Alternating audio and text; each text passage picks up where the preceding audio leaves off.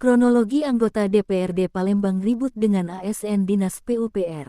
Video baku hantam di ruang rapat Komisi 3 DPRD Palembang antara anggota DPRD Palembang dan ASN dari Dinas PUPR yang viral di media sosial ditanggapi oleh kedua pihak yang terlibat pertikaian. Belakangan diketahui jika peristiwa keributan tersebut disebabkan karena adanya selisih paham mengenai masalah instalasi pengelolaan air limbah IPAL di kawasan Lapangan Hatta, Palembang. Dalam potongan video, terlihat seorang ASN digiring keluar dari ruang rapat. Namun, sebelum keluar ruangan, ASN tersebut kembali dipukul oleh seorang pria berbaju hitam meski di dekatnya ada petugas keamanan. Situasi sempat memanas hingga ASN itu segera diamankan keluar ruangan agar keributan tidak berlanjut. Ketika dikonfirmasi Ketua Komisi 3 DPRD Kota Palembang, Ruby Indiarta, membenarkan peristiwa tersebut terjadi. Menurut Ruby, keributan terjadi ketika seorang pejabat pembuat komitmen PUPR bernama Ade Abdillah melempar berkas rapat dan memukul dirinya.